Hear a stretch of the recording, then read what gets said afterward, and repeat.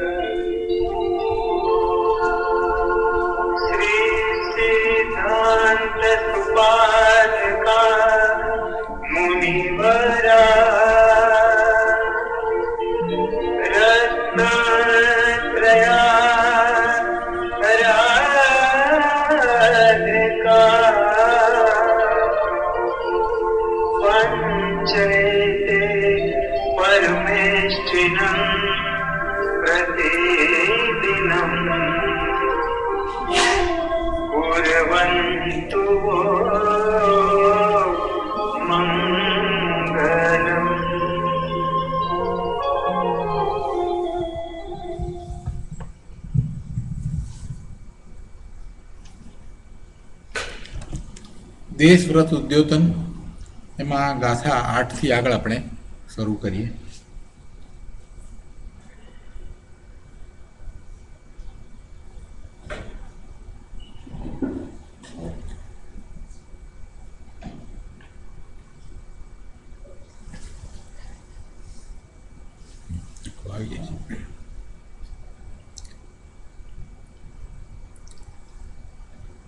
આપણે દાનની વાત થઈ. 7મી ગાથાની અંદર દાનની વાત, આપણે દાન વિશે સમજ્યા. સુપાત્રે દાન અને ઉત્તમ દાન બંને વિશે આપણે વાત થઈ. હવે આપણે 8મી ગાથા લઈએ.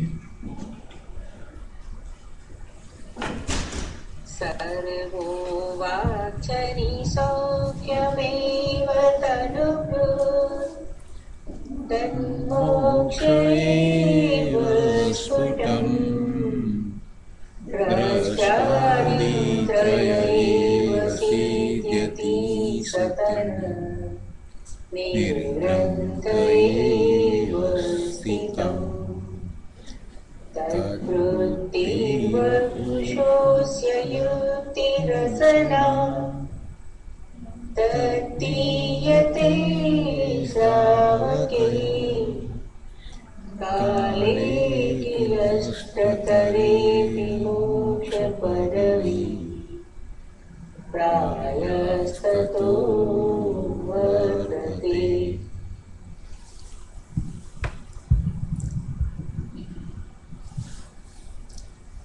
આચાર્ય ભગવાન આપણને શ્રાવકને કરુણા કરીને ઉપદેશ આપે છે. પોતે તો મુનિ થયા છે, એમને શું કરવાનું છે એ એમને ખ્યાલ છે, પણ કરુણા આપણા માટે કરી કે તમે ભલે મુનિ નથી થયા પણ તમે માર્ગ ચૂકી નહીં જાઓ, મોક્ષ માર્ગમાં કેવી રીતે પ્રવર્તો એ માટે આપણને વાત કરે છે કે સર્વ પ્રાણી સુખની જ ઈચ્છા કરે છે. સર્વ પ્રાણી સુખની જ ઈચ્છા કરે છે. તે સુખ સ્પષ્ટપણે મોક્ષમાં જ છે. આ અનુભવ સહિતની વાત કરી છે. પોતે મોક્ષ માર્ગમાં છે, પોતે એવા મોક્ષ માર્ગમાં છે અને જે આસ્વાદ આવ્યો છે એ પછીની વાત કરી છે. કોઈ મૌખિક રીતે આમનામ કોઈકે કહ્યું એ વાત બીજાને કરી, બીજાએ ત્રીજાને કરીને જે વાત આવે એવી આ વાત નથી, એવી આ પરંપરા નથી. આપણે એક વાત કહીએ ને, હું ભાઈને કહું, ભાઈ પ્રદીપભાઈને કે ભાઈ એમને કે આમ પરથી પાછી મારી પાસે આવે ને ત્યારે વાત બદલાઈ ગઈ હોય, એ વાત બદલાઈ ગઈ હોય, મૂળ વાત જ રહી ન હોય. એટલે એને પરંપરા નથી કહેવાતી. જૈન દર્શનમાં જે પરંપરા છે એ એવી રીતે ચાલે કે પોતે આત્મસાત કરે અને પછી બીજાને કહે. એટલે એવું ન માનશો કે ભગવાનના વખતમાં જે હતા અને એમના વખતમાં જે વાત હતી એના કરતાં આપણને જે વાત મળે એ કંઈક વિપરીત હોય, ઊંધી હોય, એવું ન બને. કેમ કે શાસ્ત્ર લખનારા જે મુનિ થયા છે, જે આચાર્ય ભગવાન થયા છે, એમણે આત્મસાત કરીને વાત લખી છે. મોક્ષ માર્ગમાં કેવો આનંદ છે, પોતાને કેવો આનંદ આવ્યો છે એ અનુભવ્યો છે, આત્મસાત થયું છે, પછી એ વાત એમણે શાસ્ત્ર રૂપે લખી. કુંકુંદાચાર્ય ભગવાને ગાથા લખી હોય, અમૃતચંદ્રાચાર્ય ભગવાને ગાથા લખી હોય, પદ્મનંદી આચાર્ય ભગવાને લખી હોય, યોગીન્દ્ર દેવે લખી હોય, અમિત ગતિજી આચાર્ય ભગવાને લખી હોય, ઉમા સ્વાતિજી ભગવાને લખી. આ બધા મુનિઓ એક અક્ષર આગો પાછો ન કરે. જેવું પોતે સ્વરૂપમાં જાણ્યું છે, અનુભવ્યું છે, પહેલા એમણે પણ દ્રવ્યશ્રુતનો અભ્યાસ કર્યો હોય, બરાબર, એ પછીથી પોતાને જે અનુભવ્યું છે, પોતાને જે અનુભવ થયો છે એ પ્રમાણે બરાબર લખે. એની વાતમાં એમ કંઈ ગમે તેમ વધારીને લખે કે એવું કંઈ હોય નહીં. જ્યારે એમ કહે કે મોક્ષ માર્ગમાં સુખ છે તો પછી સુખ છે જ, બસ સુખ છે, હવે બીજો વિકલ્પ લાવશો જ નહીં. આચાર્ય ભગવાને કહ્યું છે કે મોક્ષ માર્ગમાં સુખ છે તો પછી બીજો વિકલ્પ લાવશો જ નહીં, તમે સ્વીકારી લો. એમને કોઈ અસત્ય બોલવાનું પ્રયોજન નથી. પોતે એવા સુખની પ્રાપ્તિ કરી હશે એટલે જ કહે છે, કરુણા કરીને આ વાત કરી છે કે સર્વ પ્રાણી સુખની ઈચ્છા કરે છે અને તે સુખ સ્પષ્ટપણે મોક્ષમાં જ છે. આગળ જો મોક્ષમાં છે એટલું નહીં, એક વિશેષણ ઉમેર્યું છે કે સ્પષ્ટપણે મોક્ષમાં જ છે. અને પાછું એકાંત કર્યું છે, જ મૂક્યો ને, જ મૂક્યું એટલે એકાંત થયો ને, જ મૂકીને એકાંત કરી છે. મોક્ષમાં જ છે એટલે બીજે નથી. બે વાત કરી, સ્પષ્ટપણે મોક્ષમાં છે એમ નહીં, સ્પષ્ટપણે મોક્ષમાં જ છે એવું અહીંયા એકાંત કર્યું છે. પણ એમાં એવો એકાંતનો ભાવ છે એટલે અનુવાદમાં પણ એમ લીધું છે. તે મોક્ષ સમ્યક દર્શન આદિ સ્વરૂપ રત્નત્રય થતાં જ સિદ્ધ થાય છે. પહેલા પણ કહ્યું કે જો તું મનુષ્ય થયો હોય, તને સમ્યક દર્શન થયું હોય તો તું આ રીતે ચારિત્ર પાળજે. અને એમ કરી અને આપણે શ્રાવકનું ચારિત્ર આપણને દર્શાવ્યું. 12 વર્ષ તારી શ્રાવક થવાનું, આપણે 11 પતિમાં શ્રાવક થવાનું, એ બધું આપણે સમજ્યા. આપણે સવારે વાત એ બધી લીધી. ફરી પાછું અહીંયા કહે છે કે તે સુખ સ્પષ્ટપણે મોક્ષમાં જ છે. તે મોક્ષ સમ્યક દર્શન આદિ સ્વરૂપ રત્નત્રય થતા, આદિ શબ્દ મૂક્યો, સમ્યક દર્શન આદિ રૂપ છે ને, સમ્યક દર્શન આદિ એટલે સમ્યક દર્શન, સમ્યક જ્ઞાન અને સમ્યક ચારિત્ર, એ રત્નત્રય. રત્નત્રય, રત્ન 3 રત્ન હોય એને રત્નત્રય કહેવાય. આ 3 રત્ન છે, સમ્યક દર્શન, સમ્યક જ્ઞાન, સમ્યક ચારિત્ર. એવું નિશ્ચયથી, એવું જે નિશ્ચયથી જે રત્નત્રય છે એ જ મોક્ષ માર્ગ છે. મોક્ષ માર્ગ કંઈ બીજું નથી. અને એના દ્વારા જ એની સિદ્ધિ થાય. શેની સિદ્ધિ થાય? સુખની સિદ્ધિ થાય, એની પ્રાપ્તિ થાય. તે રત્નત્રય દિગંબર સાધુને જ હોય છે. આવું નિશ્ચય, સમ્યક દર્શન, સમ્યક જ્ઞાન અને નિશ્ચયથી સમ્યક ચારિત્ર. નિશ્ચયથી સમ્યક ચારિત્ર એ દિગંબર સાધુને જ હોય છે. એટલે મુનિને જ એવું સાચું ચારિત્ર હોય છે, નિશ્ચય ચારિત્ર. કેમ કે સમ્યક આચરણ ચારિત્ર છે એ વખતે 4થા ગુણસ્થાનની દશા છે, એને અનુભવ થયો છે, સ્પર્શ્યો છે. 5મા ગુણસ્થાને પણ સ્પર્શ્યો છે, પણ હજી એની એવી દશા નથી થઈ કે એને પ્રચુર સંવેદનનો અનુભવ થાય. પ્રચુર સંવેદનનો અનુભવ 7મા ગુણસ્થાનની દશામાં હોય. અને 7મું ગુણસ્થાન હોય ત્યારે સમજી લેવું કે બાહ્યમાં નગ્ન દિગંબર જ હોય. નગ્ન દિગંબર 28 મૂળ ગુણ સહિત હોય, એને જ 7મું ગુણસ્થાન આવે. આ સંબંધી હમણાં અમારે મિલવોકીમાં ચર્ચા થઈ. અભ્યાસી છે, એમની સાથે વાત થઈ. મને કે એવું શા માટે, એમ કેમ, એમ કે નગ્ન દિગંબર પણ એમ કે એ હોય તો 7મું ગુણસ્થાન. 7મું ગુણસ્થાન જે છે એ અંતરંગ દશા છે, તો પછી અંતરંગ દશા તો બેઠા બેઠા પણ થાય ને અંદરમાં. એમ કે 4થા ગુણસ્થાનથી કોઈ વધારે અંદર ઉગ્રતા કરીને ગયો હોય તો 7મું ગુણસ્થાન આવે કે ના આવે. 4થે કે 5મે ગુણસ્થાન છે, બરાબર. દેશવ્રત છે, 5મે લઈએ આપણે દાખલા તરીકે, તો દેશવ્રત છે એટલું ચારિત્ર તો છે. હવે એ પુરુષાર્થ કરે છે અને રોજ એ પ્રયત્ન કરતો હતો, એને કોઈ વખત એ સફળ થઈ અને અંદર સ્વરૂપમાં જતો પણ હતો. એવો આત્માર્થી જીવ એવો પુરુષાર્થ કરે છે, એને કંઈ નવું નથી, આજે નવું નથી થઈ રહ્યું. એ કે ધારો કે અંદરમાં ચાલ્યો જાય છે અને આજે એને ખૂબ ઉગ્રતા થઈ જાય તો 7મું ઉત્થાન આવે કે ના આવે, એ કેમ ન કરી શકે? પ્રશ્ન આ પ્રકારે હતો, ચર્ચા કે અંદર જવાનું તો છે ને, આ દશા તો અંતરંગ છે ને, 7મા ગુણસ્થાનની દશા તો અંતરંગ દશાની વાત છે ને. મેં કહ્યું ના, એટલે કે એમાં જરૂર શું એમ કે નગ્ન દિગંબર મુનિ થવાની ક્યાં જરૂર છે? એને શ્રદ્ધામાં તો છૂટેલું પડ્યું જ છે, એને શ્રદ્ધામાં તો કોઈ પરિગ્રહ રહ્યો જ નથી, શ્રદ્ધામાં તો પરિગ્રહ રહ્યો જ નથી. તો પછી એમાં અંતરમાં આટલો બધો ઊંચો પુરુષાર્થ કરે તો કેમ 7મે ગુણસ્થાને ના જાય? મેં કીધું તમે એમ લો છો, એને બદલે તમારે એમ જ સમજવાની જરૂર છે કે એવો જ નૈમિતિક સંબંધ હોય કે જેને 7મું ગુણસ્થાન આવે એને એક દોરાનો પરિગ્રહનો હોય, એક વસ્ત્રનો પરિગ્રહ શું, એક દોરાનો પરિગ્રહનો. તો હા, એ રીતે બરાબર, તમે એ રીતે જ લો, એમ ઊંધું નહીં પકડો કે આ એમ કે નગ્ન દિગંબર પણ હોય તો જ 7મે જવાય, એમ નહીં પકડો. પણ જે 7મે છે એને નિમિત્ત તરીકે એમ જ હોય, બાયોમાં નગ્ન દિગંબરનું નિરંજ મુનિ જ હોય. તો હા, એ બરાબર. બેમાં ફેર કેટલો છે? આ ફેરને આપણે જરાક સમજીએ, આ વાત છે. એટલે કોઈ એમ કે સ્ત્રીને શા માટે મોક્ષ ન થાય? સ્ત્રીને શા માટે મોક્ષ ન થાય એમ કે કેમ એ પુરુષાર્થ આટલો કરે, આટલું બધું કરે ને એને કેમ મોક્ષ કેમ ન થાય? શું કરવાનું? તમે જે કહો છો એ વાત અમે નથી માનતા. બધી જગ્યાએ બધા સરખા, તો સ્ત્રીને મોક્ષ થવો જોઈએ, શું કરવા ન થાય? આપણે તો આપણી રીતે સમજાવતા હોય, પણ હું એમ કહું કે એની જગ્યાએ આપણે એમ વિચાર કરવાનો કે જે જીવ આ ભવમાં મોક્ષે જનાર છે, એટલે કે ચરમ શરીરી છે, છેલ્લું શરીર છે, આ ભવમાં એનું છેલ્લું શરીર છે, ચરમ શરીરી છે, આ ભવે મોક્ષે જનાર છે, એવા જીવને એને કેવું શરીર મળે? એને ઉત્કૃષ્ટ શરીર મળે કે જેમાં એ એવી આરાધના કરી શકે, એવો પુરુષાર્થ કરી શકે, એ જંગલમાં નગ્ન દિગંબરપણે રહી શકે, કોઈ પણ જાતના પરિગ્રહ વિના રહી શકે, એવું જ શરીર મળે.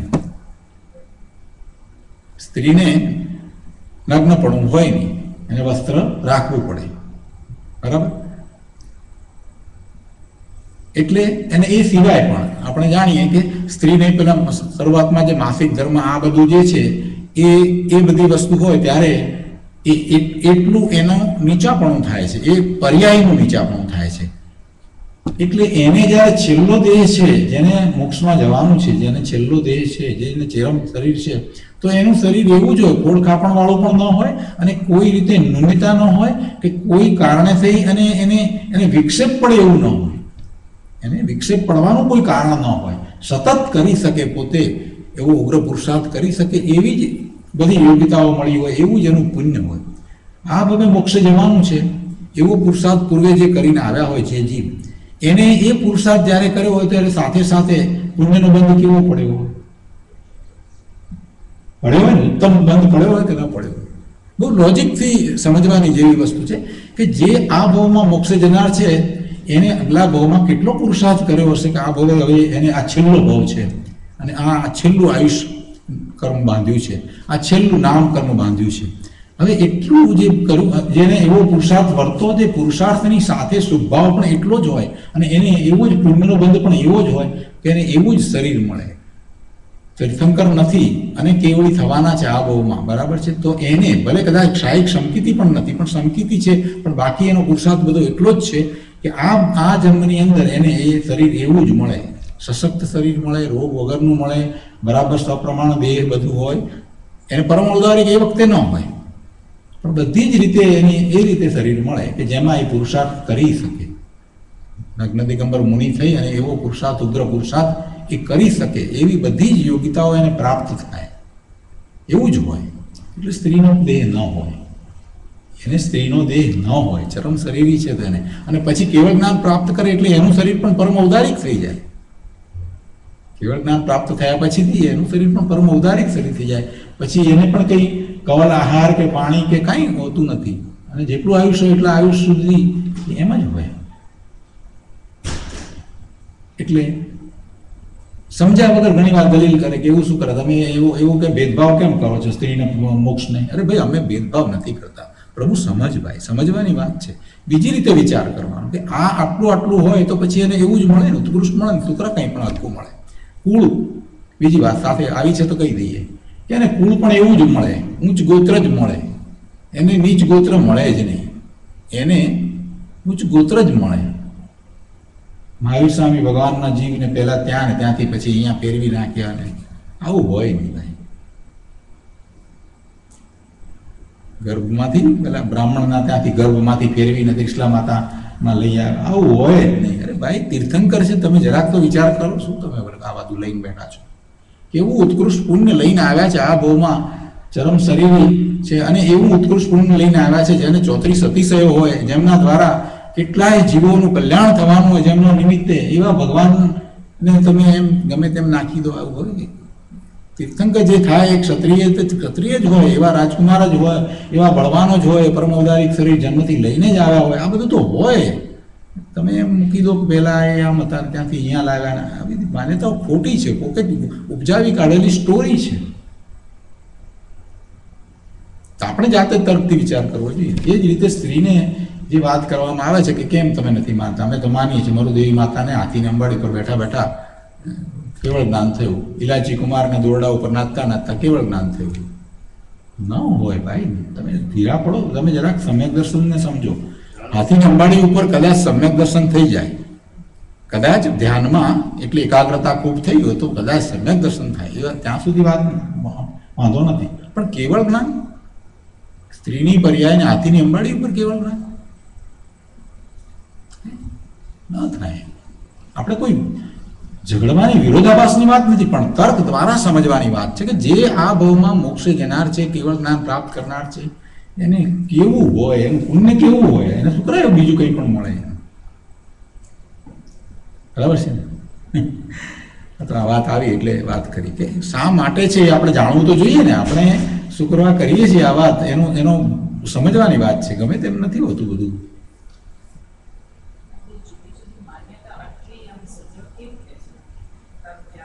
બે નહીં 12 માન્યતાઓ છે. તમને કહું ને, જગતમાં ક્યાંકથી કોકે ઘુસાડી, શું કરીએ બેન હવે આપણે? અહીંયા આપણે આ સ્વાધ્યાય ચાલે છે, કોક અડધી વાત સાંભળી બહાર જતો રહ્યો હોય, બરાબર, અને પછી એ કોઈ પણ રીતે વાત કરે, આખી પૂરી વાત ન સાંભળી હોય તો મિસઅન્ડરસ્ટેન્ડિંગ થાય કે ના થાય? બસ એવું મિસઅન્ડરસ્ટેન્ડિંગ સમજવાનું, બીજું શું કહેવાય એમાં? ભૂલ થાય ને થાય, આપણે સમજાવતા હોઈએ તો ભૂલ થાય, કોઈની પણ ભૂલ થઈ શકે, પણ પોતે જાતે વિચાર તો કરવો જોઈએ, તર્ક દ્વારા સમજવું જ જોઈએ. હા બેન, એ પણ ખોટું છે. મલ્લીનાથ ભગવાન શ્રી હતા જ નહીં. કોણે કહ્યું? હું 1,00,000% ના પાડું છું.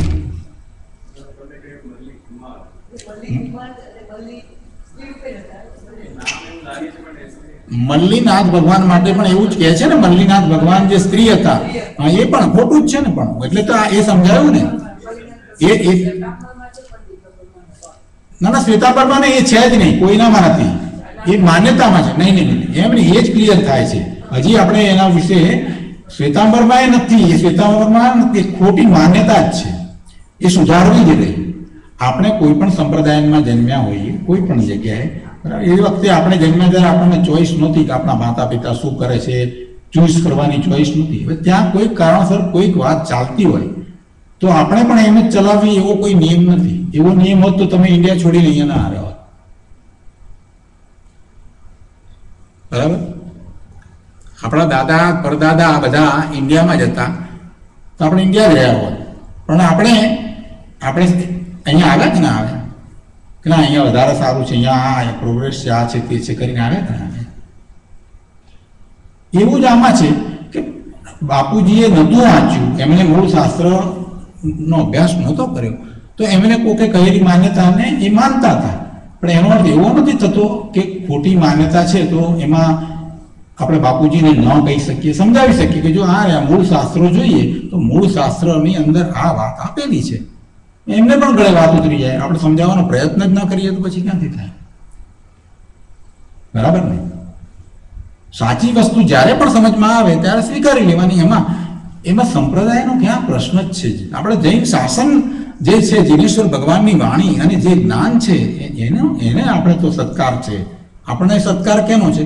જીનેશ્વર ભગવાનની વાણી, જે આવી રહ્યું છે ઉપરથી, જે જ્ઞાન આવ્યું છે, જે મહાપુરુષોએ કોઈ પણ જાતના બાયસ વગર, કોઈ પણ જાતના, બરાબર ને, કંઈ પણ એવો ભેદભાવ રાખ્યા વગર જે છે તે પરમ સત્ય લખ્યું છે એને સ્વીકારવાનું. એટલે એવું વાંચવામાં ના આવે. હવે આપણે ઇતિહાસ ભણ્યા હતા, હવે તમને નથી લાગતું કે ખોટો છે? ઇતિહાસની અંદર આપણને જે શીખવાડવામાં આવતું હતું એવું આવતું હતું. મને યાદ છે હજી, પ્રદીપભાઈ, કે એમાં એવું હતું કે જૈન ધર્મની સ્થાપના મહાવીર સ્વામી ભગવાને કરી. તો ચલાવો, હવે તમે ચલાવો. નથી ચલાવવું? આપણે છોકરાને શીખવાડીએ કે જૈન ધર્મની સ્થાપના મહાવીર સ્વામી ભગવાને કરી, આપણે શીખવાડો, ચલો. કોઈ તૈયાર થાય છે? કેમ નથી થતા? આપણને ખબર છે કે ના, એ ન હોય. જૈન ધર્મની સ્થાપના થઈ શકે નહીં. જૈન ધર્મ તો અનાદિનો છે, જેને જીવનું જે સ્વરૂપ છે એ છે. એટલે કેટલીક માન્યતા આપણે પણ વિચારવાની કે ભાઈ એમ સંપ્રદાયની બુદ્ધિ આપણે લઈ નહીં લેવાનું. ક્યાંક કોઈક જગ્યાએ ભૂલ થઈ ગઈ પણ આપણે એને સુધારી શકીએ કે ન સુધારી શકીએ. ગાયોમાં હોશિયાર માણસો એ વિચાર કરે, શાસ્ત્ર વાંચે, બીજા શાસ્ત્ર વાંચે, એની પહેલાના શાસ્ત્ર વાંચે અને ફાઇન્ડ આઉટ કરે, અને શું કરવા થાય એના ઉપર વિચાર કરે તો ખબર પડે કે ભાઈ આ છે. એથી કરીને નાના થઈ જઈએ છીએ આપણે, એવો કોઈ પ્રશ્ન નથી. ખોટી માન્યતાને મૂકવાથી આપણે મોટા થઈએ કે નાના થઈએ, મને એ જ સમજણ નથી પડતી. મારી એક ભૂલ થાય છે, કોઈ જગ્યાએ ભૂલ થાય છે. પ્રદીપભાઈ આવીને કહે કે ના રમેશભાઈ, આમાં જરાક તમે ફરીથી જુઓ. હું જઈ અને તત્વાર સૂત્રમાંથી સંશોધન કરું છું, બરાબર છે, બીજા શાસ્ત્રમાંથી સંશોધન કરું છું, પરમાત્મા પ્રકાશમાં જોઉં છું, 4 જગ્યાએ જોઉં છું, મને થાય આ વાત તો સાચી છે. તો હવે એ વાતને હું સ્વીકારું, એમાં લાભ મને થાય છે કે બીજા કોઈને થાય છે? અને એમાં હું નાનો થઉં છું કે મારા જ્ઞાનનો વિકાસ થાય છે? દેખો, કન્સેપ્ટ જુદો છે. એમ આ તો અમે અમારી માન્યતા આમ, અમારા પ્રમાણ આમ, કઈ એમ વાત નથી. શું સત્ય છે એની વાત છે. આપણે એ વાત કરી રહ્યા છીએ અહીંયા. તો એ વાત નીકળી એટલે વાત કરી કે એવું તીર્થંકર ભગવાનને એવું જ હોય. તીર્થંકરની વાત આખી જુદી છે. તીર્થંકર ભગવાનને પરમ ઔદારિક શરીર મળે, અને પરમ ઔદારિક શરીર જે છે એવું શરીર હોય, એટલું બળવાન શરીર હોય કે એને કોઈ હરાવી ન શકે એવું હોય. તીર્થંકર ભગવાનને બધી જ વિદ્યા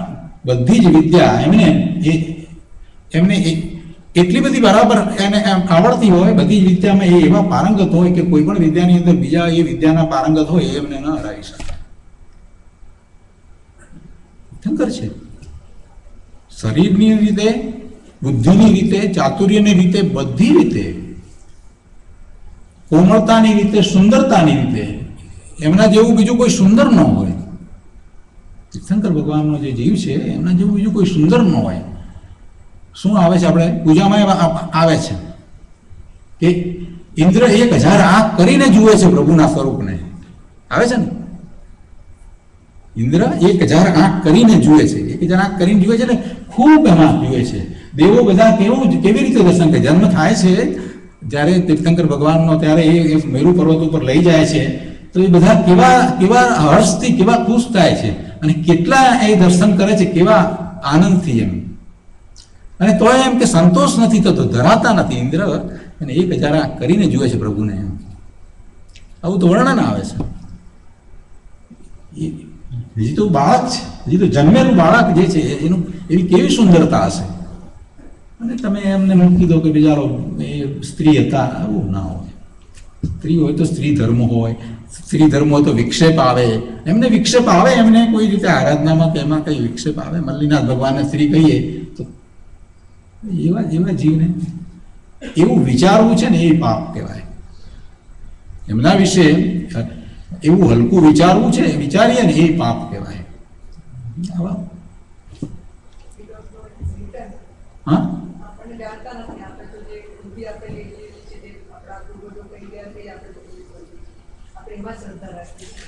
ના, એ ખોટું કહેવાય ને. એવું કંઈ ના હોય. પૂર્વજો કોઈ કંઈ નથી ગયા. તમે જ્યાં જન્મ્યા ત્યાં એ લોકો નહોતા જાણતા એટલે તમે સ્વીકારી લીધું તો તમે વાંચી શકો ને. એવું કંઈ થોડું છે. હું તમને કહું કે તમારા દાદાના દાદા માસ્ટર કર્યું નહોતું, બરાબર ને? તમે માસ્ટર અહીંયા કર્યું હોય તો પછી દાદાની બધી માન્યતાઓને તમે સ્વીકારો છો?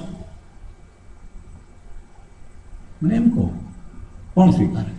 આપણે સમજીએ કે ભાઈ એમને એ અભ્યાસ નહોતો, ગ્રેજ્યુએટ હતા તો નહોતા ગ્રેજ્યુએટ, એવું પણ કોઈના દાદા ન પણ ગ્રેજ્યુએટ થયા હોય અને એ અહીંયા પીએચડી કરે છે, તો પીએચડી કરે છે, આટલો બધો સ્ટડી કરે છે, તો પછી એ સમજે છે કે ના આ રીતે જ હોય. ઠીક છે.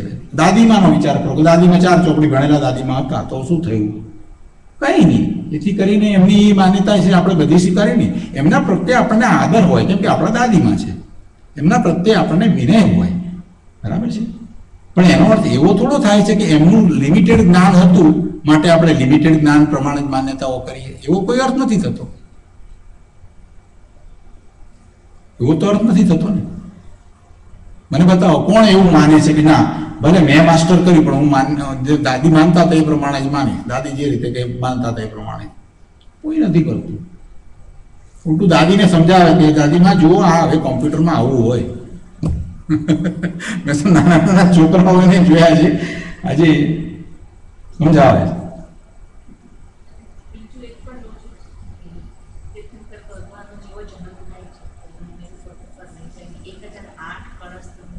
નાખે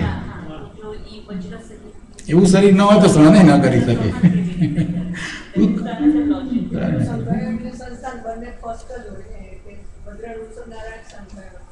તો પછી એવું સહન સ્વીકારો છો? હા, વજ્ર ઋષભ નાળા સહન સ્વીકારીએ છીએ તો પછી સાથે સાથે એ સ્વીકારી લો ને કે પછી એમને સ્ત્રીનું શરીર ન હોય એ સ્વીકારી લો ને ભાઈ. હા, હું તો એટલું ટૂંકું કહું, જો તો આટલું તો સ્વીકારો છો તો આ સ્વીકારી લો કે સારામાં સારું શરીર હોય, બેસ્ટ હોય બધું. બસ ટૂંકમાં કહેવું આ જ છે. મલ્લીનાથ ભગવાન સ્ત્રી ન હોઈ શકે, બરાબર છે? અમુક વસ્તુ સમજાય. આપણે વાત અહીંયા એ ચાલી રહી છે અહીંયા કે દિગંબર સાધુને, રત્નત્રય દિગંબર સાધુને જ હોય છે એ વાત ઉપરથી આપણે તો અહીંયા લીધું કે દિગંબર સાધુને શા માટે હોય કે એમનો એવો પુરુષાર્થ છે, પોતે પોતાના સ્વરૂપમાં એટલા ઊંડા ઉતર્યા છે, બાહ્યમાં નગ્ન દિગંબર છે એટલા માટે નહીં, પણ સાથે સાથે અંતરંગ દશા પણ એમને 7મા ગુણસ્થાનને પ્રગટ કરી છે એમ કહેવાનો આશય છે. ઉક્ત સાધુની સ્થિતિ, હવે જુઓ, હવે આપણને જે કહેવાનું છે હવે કહેશે આ દ્વારા તો આપણને જ્ઞાન આપી દીધું, પણ જે વાત કરવાની છે એક લીટીમાં કરી શક્યા હોત પણ એને બદલે જુદી રીતે વાત કરી. આ આપણને જ્ઞાન આપ્યું. હવે એમને જે કહેવું છે આપણને એ હવે આવે છે કે ઉક્ત સાધુની, આ પ્રમાણે સાધુની સ્થિતિ શરીરના નિમિત્તે હોય છે. જો શરીરને નિમિત્ત કર્યું છે, નિમિત્ત કર્યું એટલે નિમિત્ત શું કરે? નિમિત્ત કાંઈ કરતું નથી. જો નિમિત્ત માટે હંમેશા એક વાત યાદ રાખવાની કે આપણે નિમિત્તમાં બહુ આમ થઈ જઈએ ને કે નિમિત્ત તો છે ને, નિમિત્ત કારણ તો બને, નિમિત્ત આમ તેમ બહુ થાય ને અહીંયા, ત્યારે એક જ વાત યાદ કરવાની કે દરેક નિમિત્ત ધર્માસ્તિકાય વત વર્તે છે. શું? દરેક નિમિત્ત ધર્માસ્તિકાયની જેમ વર્તે છે. ધર્માસ્તિકાય કેવી રીતે છે? તો કે જે ગતિ કરે છે જીવ અથવા પૂતગળ, એને ગતિ કરવામાં એ નિમિત્ત છે. એટલે કે એ ધક્કો મારતું નથી, પુશ કરતું નથી, એન્કરેજ કરતું નથી. જો ભાઈ ગતિ કરવી હોય તો કર, બસ. એમાં એણે શું કર્યું? ધર્માસ્તિકાએ કાંઈ કર્યું નહીં. એ જ રીતે અધર્માસ્તિકાએ ગતિ કરતા જીવ અથવા પૂતગળને સ્થિતિ કરવામાં નિમિત્ત છે, પણ ગતિ કરતો હોય તો એને રોકે એવો અર્થ નથી થતો. રોકતું નથી, ગતિ કરતું હોય એને જેને રોકાવું છે એને માટે એ નિમિત્ત થાય છે. નથી રોકાવું તો કાંઈ એની ગતિને અવરોધે છે એમ નથી, એની ગતિને ધીમી પાડે છે એમ પણ નથી. તો પછી અધર્માસ્તિકાએ શું કર્યું? કાંઈ ન કર્યું, બરાબર? એટલે આપણને નિમિત્ત પ્રત્યેનો જે છે ને ખૂબ ભાવ થઈ ગયો છે, બધાને મગજમાં બહુ ભરાઈ ગયું છે કે નિમિત્ત હોતો જ થાય, નિમિત્ત આમ, નિમિત્ત તેમ, નિમિત્ત તેમ. નિમિત્ત કાંઈ કરતું નથી. જ્યારે એ કાર્ય થાય ત્યારે જે હાજર હોય એ ઉચિત નિમિત્ત હોય, નિમિત્ત ઉચિત હોય, યોગ્ય નિમિત્ત હોય, બસ આટલું જ. એટલે અહીંયા આ નિમિત્ત છે. સાધુની સ્થિતિ કાંઈ શરીરના કારણે નથી. ઉક્ત સાધુની સ્થિતિ શરીરના નિમિત્તે હોય છે, બસ માત્ર નિમિત્ત કયું છે. સ્થિતિ તો એમના પોતાના કારણે છે. તે શરીરની સ્થિતિ, હવે શરીર માટેની વાત કરી છે, એમના શરીરની સ્થિતિ ભોજનના નિમિત્તે હોય છે. જો અહીંયા નિમિત્ત એમ નથી કહ્યું ભોજનને લીધે થઈને શરીર એમનું સારું રહે છે, એમ નહીં. જો નિમિત્ત મૂક્યું શબ્દ, બરાબર છે. શરીરની સ્થિતિ ભોજનના નિમિત્તે હોય છે અને તે ભોજન શ્રાવકો દ્વારા આપવામાં આવે છે. બરાબર છે. મુનિને આહાર કોણ આપે? શ્રાવકો આપણને આહાર આપે. શુદ્ધ આહાર આપણે આપીએ. આપણે વિનંતી કરીએ બે હાથ જોડીને કે આહાર લેવા પધારો, અને એમનો ભાવ આહાર લેવાનો હોય તો આપણે ત્યાં પધારીએ અને પછી આપણે શુદ્ધ આહાર એમને આપીએ. આહારદાન કહેવાય. હવે આ રીતે આ અતિશય ક્લેશયુક્ત કાળમાં પણ મોક્ષ માર્ગની પ્રવૃત્તિ ઘણું કરીને તે શ્રાવકોના નિમિત્તે જ થઈ રહી છે. આપણને યશ આપ્યો. કરુણા કેવી છે! મોક્ષ માર્ગમાં જે સ્થિત છે એવા સાધુની એમ કે એમનું શરીર જે છે એ સ્થિતિમાં રહે છે, તો એમનું શરીર અને એમના શરીર માટે થઈને આહાર નિમિત્ત, અને એ આહાર આપવા વાળા આપણે, એટલે આપણને શ્રેય આપે છે કે આપણે શ્રાવકના નિમિત્તે એમ કે આ મોક્ષ માર્ગની પ્રવૃત્તિ થઈ રહી છે. કેટલું બધું આપણને માન આપી દીધું. આપણે તો માત્ર આહાર આપીએ. હવે એ આહારને કારણે કંઈ છે એવું તો છે નહીં, પણ છતાંય સરસ રીતે વાત મૂકી કે તમે આહાર નહીં આપો તો કોણ બીજું આપે? તમારી તો એ ફરજ થાય છે. પણ એમ નથી કહ્યું, બીજી રીતે કહ્યું કે તમે એમાં ભાગ્યશાળી છો કે આવા મોક્ષ માર્ગમાં તમારું કંઈક પ્રદાન છે. એવી રીતે વાત કરીને આપણને કે મોક્ષ માર્ગની પ્રવૃત્તિ ઘણું કરીને તે શ્રાવકોના નિમિત્તે જ થઈ રહી છે. એટલે તમારું પ્રદાન છે. તમે મુનિને આહાર આપો છો અને મુનિનું શરીર રહે છે એના નિમિત્તે, અને મુનિ એ મોક્ષ માર્ગમાં છે અને એવા માર્ગની એ પ્રભાવના કરી રહ્યા છે. પોતાનો પુરુષાર્થ અને આપણને યશ આપે. આપણે આહારદાન આપીએ એનું પુણ્ય તો આપણને મળે, બરાબર ને? ફળ પાછું આપણને મળે. અને છતાંય મહાપુરુષો કેવું એમની દ્રષ્ટિ કેવી છે!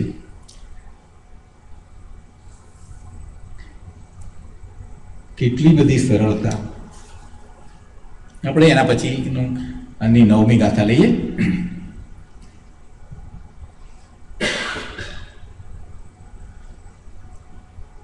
સ્વેચ્છાહાર વિહાર જલ્પનતયા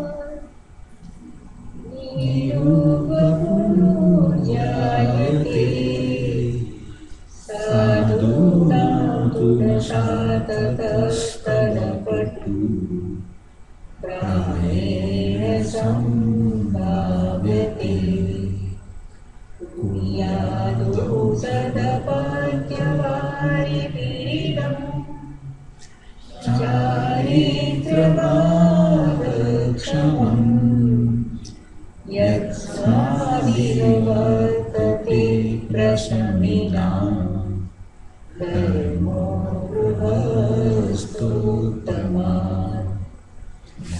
અહીંયા અર્થમાં કહે છે કે શરીર ઈચ્છા અનુસાર ભોજન,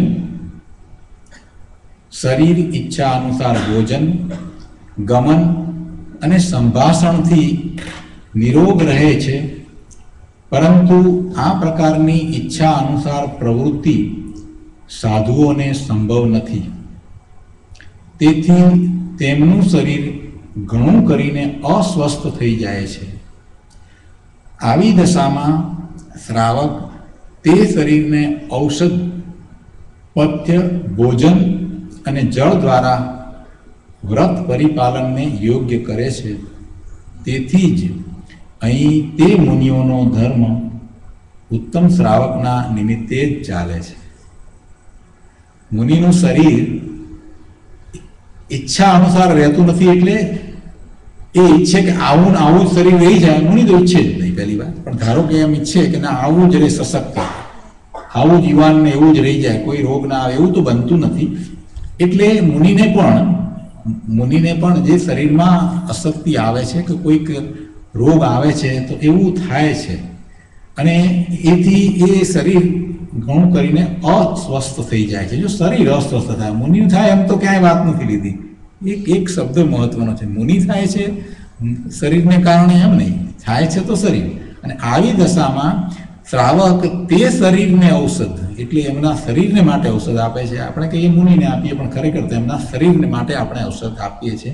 પથ્ય આપીએ, ભોજન આપીએ, જળ આપણે સુશ્રેવા કરીએ, એમની શુશ્રૂષા કરીએ. અને આ જે કરે છે તો કોણ કરે છે? શ્રાવક કરે છે. તો શ્રાવકને શ્રેય આપે છે કે તેથી જ એ અહીં તે મુનિઓનો ધર્મ ઉત્તમ શ્રાવકના નિમિત્તે જ ચાલે છે. શ્રેય આપણને આપી દીધું, બધો આખો યશ આપણને આપ્યો કે આપણે આ બધું કરીએ છીએ એટલે મુનિની સ્થિતિ, શારીરિક સ્થિતિ જે છે એ બરાબર રહે છે, એટલે બરાબર ચાલે છે. નિમિત્તે શબ્દ મૂક્યા છે દરેક જગ્યાએ. આપણે એમાં માત્ર એમને મુનિને એ આહાર કે જળ કે ઔષધ દવા જો મળવાની હશે તો કોઈ પણ નિમિત્ત તો હશે જ ને. મળવાની હશે અને એના દ્વારા સારું થવાનું હોય તો એવું કોઈક નિમિત્ત હોય છે. પણ એમને એ મળવું એ એમના પુણ્ય, મુનિના પુણ્યને કારણે એમનું રોગ એ ઔષધિ દ્વારા દૂર થાય છે. અને ઔષધિ એ પણ નિમિત્ત છે. એ વખતે એ અસાતા વેદનીયનો ઉદય વર્તતો હતો, એ હવે પૂરો થવાનો છે. ત્યારે એવું નિમિત્ત હોય કે ઔષધ લેવાનું નિમિત્ત થાય, અને ઔષધ લેવાનો એમને પાછો વિકલ્પ પણ આવે, અને પછી આપણે પણ ઔષધ લઈને જઈએ પણ ખરા. બધું જ નિમિત્ત. મૂળ તો એમનો એવો જે ઉદય હતો એ પૂરો થયો. પણ આપણને શ્રેય આપ્યું છે કે મુનિને કોણ આપે છે? કે મુનિને આહાર, જળ, ભોજન, ઔષધ કોણ આપે છે? શ્રાવક આપે છે. એટલે એમ કહીને આપણને એમ કહી દીધું કે ઉત્તમ શ્રાવકના નિમિત્તે જ ચાલે છે. મુનિ ધર્મ ઉત્તમ શ્રાવકના નિમિત્તે જ ચાલે. હવે એમાં આપણે અભિમાન કરીને રહી જઈએ તો શું થાય આપણી દશા? એ સામેથી આટલો વિવેક કરે અને આપણને આટલું શ્રેય આપે, અને આપણે એમાં અભિમાન કર્યું કે જો અમે ના હોઈએ તો મુનિનું શું થાય? કે અમે જ ચલાવીએ છીએ. જો આપણે એવું ઊંધું પકડી લઈએ તો શું થાય? એમણે લખ્યું એનો અર્થ એવું પકડવાનું નથી. એના દ્વારા આપણે સમજવાનું છે કે ના, મુનિને હા આપવું જોઈએ. એને માટે આપણે ધ્યાન રાખવું જોઈએ. મુનિ પાસે જઈએ ત્યારે પૂછવું જોઈએ કે આપને કંઈ તકલીફ છે, કંઈ ઔષધની જરૂર છે. આપણે પૂછવું જોઈએ. એ આપણી જવાબદારી છે. કેમ કે આપણે સંસારમાં રહ્યા છીએ, આપણે પરિગ્રહ સહિત રહ્યા છીએ. તો મુનિ પાસે જઈએ છીએ અને મુનિ પાસેથી અમૂલ્ય એવો ખજાનો પ્રાપ્ત કરીને આવીએ છીએ, તો એના બદલામાં આપણને મનમાં એવો ભાવ આવવો જોઈએ કે હું મુનિને પૂછું. એમને ચાલ્યા આવી દર્શન કરીને આમ કરીને એમ ન હોય.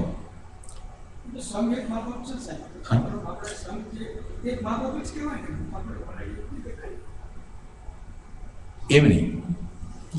સંઘની વાત જુદી રહી, સમૂહની વાત નથી. ધર્મ તો સમૂહને નથી કરવાનો. ધર્મ ઇન્ડિવિજ્યુઅલ વસ્તુ છે. હવે ઇન્ડિવિજ્યુઅલ વસ્તુ છે એટલે આપણને અંતરમાં એવો ભાવ આવવો જોઈએ કે આપણે પૂછીએ. બરાબર ને? અંતરમાં ભાવ આપણને આવવો જોઈએ. આપણે એમ કહીએ કે સંઘ કરે છે એવો ભાવ તો ક્યારેય નહીં લાવવાનો.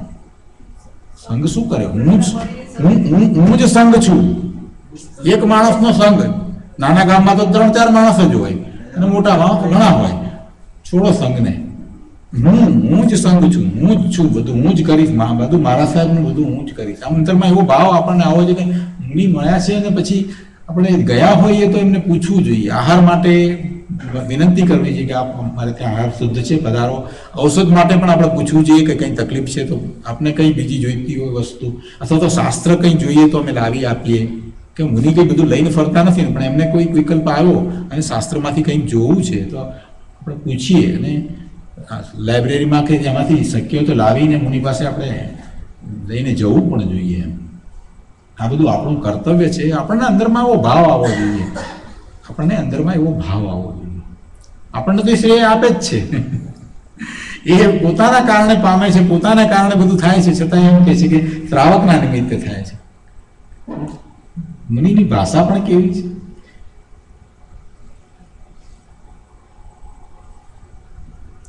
આપે છે એ આપણને. ખરેખર તો આપણે તો શું એમને આપવાના હતા? હે, આપણે મુનિને શું આપીને શું આપીએ? મને એમ કહો. એ જે આપે છે એની સામે આપણે શું આપીએ છીએ? શું મુનિને આપીએ? શું કરીએ? આપણને શાશ્વત સુખનો માર્ગ આપે છે. અહીંયા એક નાનકડો કોર્સ લો તો કે ભાઈ $150 કોર્સ છે એક અઠવાડિયાનો. બરાબર છે ને? અને અહીંયા આખું આપણું પૂર્ણ જીવન આપણું સુખમય થઈ જાય એવી કળા શીખવાડે છે આપણને. કેવી અદભુત વાત છે. આપણે આગળ ગાથા લઈએ. આમાંથી વિનય આપણે શીખવાનો છે કે આવો વિનય વ્યાખ્યા પુસ્તક દાન ઉન્નત દિયા પાઠાય ભાવ્યાત્મના ભક્ત્યાય ત્રિલોકે શ્રુતાશયમિદં દાનં તદા ભૂતા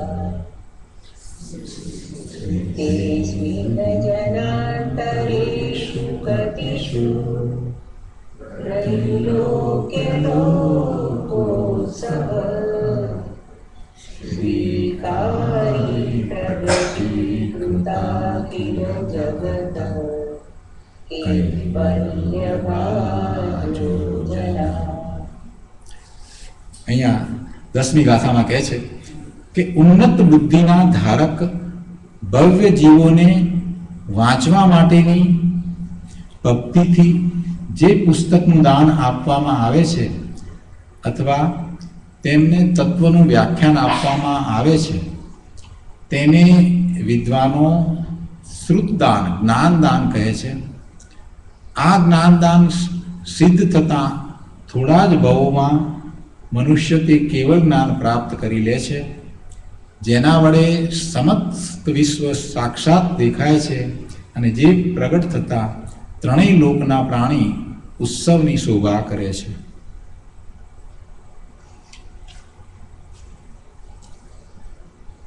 પુસ્તક એટલે શાસ્ત્ર કહેવાનો આશય એ છે. ઉન્નત બુદ્ધિના ધારક ભવ્ય જીવોને વાંચવા માટે એટલે અભ્યાસ કરવા માટે ભક્તિથી જે પુસ્તક એટલે શાસ્ત્રનું જેમાં જ્ઞાન છે એવા શાસ્ત્રનું દાન આપવામાં આવે છે, જે પુસ્તકનું દાન આપવામાં આવે છે અથવા તેમને તત્વનું વ્યાખ્યાન આપવામાં આવે છે, બંનેનો અર્થ એક થયો. પેલું લખેલું આપ્યું અને પેલું મૌખિક રીતે આપ્યું. છેવટે આપ્યું તો જ્ઞાન, આપવામાં તો શું આવ્યું? જ્ઞાન. તેને વિદ્વાનો શ્રુતદાન કહે છે. આવું શ્રુતદાન કોણ આપે છે? શ્રુતદાન કોણ આપે છે? મુનિઓ આપણને શ્રુતદાન આપે છે. મુનિઓ આપણને આપે છે. જે આપણને પ્રાપ્ત થાય છે તો મુનિઓ પાસેથી જ ખરેખર તો પ્રાપ્ત થાય છે. પછી આપણે લખ્યું હોય, છપાયું હોય અને પછી એ આપીએ એ વસ્તુ જુદી છે, પણ એ તો મુનિઓએ આપ્યું છે ત્યારે મળ્યું ને આપણને તો એ દાન આમ તો એમ જ મળે છે. પછી આપણે બીજાને આપીએ વાંચવા માટે, બીજા આપણા સહધર્મીને આપીએ એ વાત બરાબર છે, એને આપણે એમ કહી શકીએ અપેક્ષાથી અહીંયા કે પુસ્તકનું દાન આપવામાં આવ્યું. પણ એ શ્રુતદાન છે, જ્ઞાનદાન છે. હવે શ્રુતનો આપણે થોડોક અર્થ કરીએ. શ્રુતની વાત આવી છે એટલે શ્રુત કોને કહેવાય? શ્રુત શું છે? શ્રુત શું છે? જે મોક્ષનો માર્ગ દર્શાવે છે ને એ જ શ્રુત છે. એ સિવાય બીજું કંઈ શ્રુત નથી. એ સિવાય બીજું કંઈ શ્રુત નથી. ભગવાનની વાણીમાંથી જે જ્ઞાન આવ્યું છે, જે આપણા સુધી પહોંચે છે એ જ શ્રુત છે. એ પુસ્તક આકારે પહોંચે કે મૌખિક રીતે પહોંચે, પણ એ શ્રુત છે. અને એવા શ્રુતને આપણે સાંભળીને, વાંચીને, એને જાણીને આપણને અંદરમાં જે ભાવશ્રુત પ્રગટ થાય છે એ આપણું જ્ઞાન છે. એ આપણા જ્ઞાનની પર્યાય. એ ભાવશ્રુત જે પ્રગટ થયું એ આપણને પ્રગટ થયું. અને ભાવશ્રુત જેને પ્રગટ થાય છે એ આગળ વધે છે અને એવો પુરુષાર્થ કરે છે તો એ પોતે પોતાના સ્વરૂપમાં જાય છે, સ્વરૂપનો અનુભવ કરે છે અને એમાં એમ કરતાં આગળ વધતા એ છેવટે કેવળ જ્ઞાન પ્રાપ્ત કરે છે. એટલે પેલું જે શ્રુત છે એ સમ્યક દર્શન માટેનું નિમિત્ત કારણ થાય છે. એવા શ્રુતને નિમિત્ત કારણ કહેવામાં આવે છે. એવા શ્રુતની પ્રાપ્તિ આપણને તીર્થંકર ભગવાનના સમોસરણમાં થાય, ત્યાં બેઠા હોઈએ ત્યારે થાય સાંભળીને, કે ગુરુ પાસેથી ઉપદેશ સાંભળતા હોઈએ ત્યારે થાય, અથવા તો એવા આચાર્ય ભગવાને જે શાસ્ત્રની રચના કરી હોય એ દ્વારા આપણને એને વાંચીને આપણને એવા શ્રુતની પ્રાપ્તિ થાય છે કે જેના નિમિત્તે આપણને અંદરમાં એવું ભાવશ્રુત પ્રગટ થાય છે. જે ભાવશ્રુતમાંથી આપણે પુરુષાર્થ દ્વારા આગળ વધીને પહેલાં સમ્યક તો પ્રગટ કરીએ અને સમ્યક તો પછી વધારે વિશેષ પુરુષાર્થ કરી આપણે કેવળ જ્ઞાન સુધી પહોંચી જઈએ. હવે એવું કેવળ જ્ઞાન વિશે વાત કરી છે કે કેવળ જ્ઞાન પ્રાપ્ત કરી લે છે અને જેના વડે સમસ્ત વિશ્વ સાક્ષાત દેખાય છે અને જે પ્રગટ થતાં ત્રણેય લોકના પ્રાણી ઉત્સવની શોભા કરે છે. એવા કેવળ જ્ઞાનની અંદર સમસ્ત વિશ્વના પદાર્થો અને એમની ત્રણેય કાળની પર્યાયો એકી સાથે યુગપદ એક સમયમાં જણાય છે, એવું સર્વજ્ઞપણું પ્રગટ થાય છે. અને એવું જ્યારે કેવળ જ્ઞાન થાય છે ત્યારે ત્રણેય લોકના પ્રાણીઓ ઉત્સવની શોભા કરે છે. દેવો પણ આવે છે, બરાબર ને? કેવળ જ્ઞાન પ્રભુને થાય ત્યારે કલ્યાણક ઉજવાય અને એ જે થાય છે એમાં દેવો પણ આવે છે.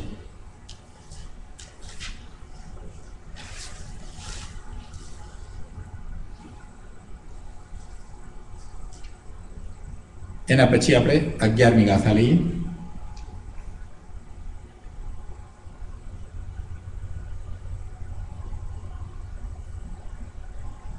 સદ્રવેશામવયં પ્રમુત કરુણે યતીયતે પ્રાણિનાં દાनं સ્વાદભયાદિતેન રહિतं દાનત્રયં નિષ્ફલम् ઔષધશાસ્ત્રદાનવિધિभिः શૂદ્રોપજાત્યાદ્વયम् યત્તત્પાત્રજને વિનશ્યતિ તતો દાनं તદેકં પરમ. ગાથાના અર્થમાં અહીંયા સમજાવ્યું છે કે દયાળુ પુરુષો દ્વારા જે સર્વ પ્રાણીઓને અભય આપવામાં આવે છે, અર્થાત તેમનો ભય દૂર કરવામાં આવે છે, તે અભયદાન કહેવાય છે. દાનના પ્રકાર આગળ સમજાવ્યા છે. પેલી દાનની વાત કરીને મુનિથી શરૂ કરીને એમાં શાસ્ત્રના દાન વિશે સમજાવ્યું અને શાસ્ત્રનું દાનનું મહત્વ સમજાવ્યું કે જે કેવળ જ્ઞાન સુધી પહોંચાય છે એ દાન એવું છે. હવે આ અભયદાનની વાત અહીંયા સમજાવી છે કે અભયદાન કોને કહેવાય ને કઈ રીતે છે કે જે દયાળુ પુરુષો દ્વારા જે સર્વ પ્રાણીઓને અભય આપવામાં આવે છે, અર્થાત તેમનો ભય દૂર કરવામાં આવે છે, તે અભયદાન કહેવાય છે. તેનાથી રહિત બાકીના 3 પ્રકારના દાન વ્યર્થ જાય છે.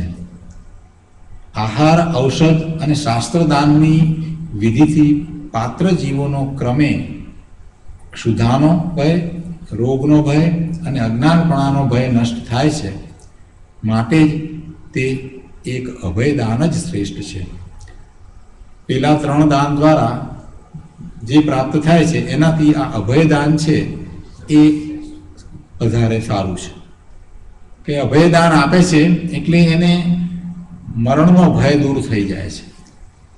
અભયદાન આપીએ એટલે એને મરણનો ભય દૂર થઈ જાય છે. અને મરણ નથી, એને મારું મરણ નથી થવાનું, અભયદાન છે, મને કોઈ મારી શકવાનું નથી, એવો એક ભાવ અંદર ચાલે છે તો એને શાંતિ થઈ જાય છે. અને એવી શાંતિ થાય છે તો પછી એ આહાર, ઔષધ કે શાસ્ત્રદાન ગ્રહણ કરી શકશે ને. પણ એને અભયદાન ના આપવામાં આવે, એનું અસ્તિત્વ જ ન રહે, એનું મરણ થાય તો પછી એમાં ક્યાં બીજા દાન તો એ ગ્રહણ કરવાનો છે. એટલે એ અપેક્ષાથી એમ કહું કે આહારદાન, ઔષધદાન અને શાસ્ત્રદાન થી વધારે આગળ અભયદાન છે. એટલે અભયદાન જ શ્રેષ્ઠ છે. 4 દાનમાં અભયદાનને શ્રેષ્ઠ કહેવું. વિશેષ અર્થ અહીંયા આપ્યો છે. અપેક્ષાથી આ વાતો, આ વ્યવહારના એના કથન છે. અને આપણે અત્યારે આપણે 10 લક્ષણ પરીક્ષણની અંદર આરાધના કરીએ છીએ અને આરાધના કરીએ છીએ ત્યારે શ્રાવક ધર્મનું બરાબર પાલન આપણે કરવાનું છે. આપણે તત્વનો વિચાર કરીએ, તત્વને સમજીએ, બરાબર છે, પણ એનો અર્થ એવો નથી થતો કે આપણે આપણા શ્રાવક ધર્મને ભૂલી જઈએ. એવો તો કોઈ અર્થ થતો નથી. એટલે સવારે આપણે સમયસાર કરીએ છીએ, તત્વની વાત કરીએ છીએ, દ્રષ્ટિનો વિષય ભગવાન આત્મા કેવો છે એના વિશે વિચાર કરીએ છીએ, પણ એથી કરીને આપણે સ્વચ્છંદે નથી ચડી જવાનું કે મારે બીજું કાંઈ હોય જ નહીં. આ બધું હોય જ. આ બધું ન હોય, આમાંનું કાંઈ પણ ન હોય અને માત્ર સમયસારની વાત કરીએ તો એથી કાંઈ ધર્મ નથી કમાતો હોય. આ બધું હોવું જોઈએ. અંતરમાં એવો ભાવ પણ હોવો જોઈએ કે આ વાત આચાર્ય ભગવાને કહી છે તો મારે એમ જ કરવું છે.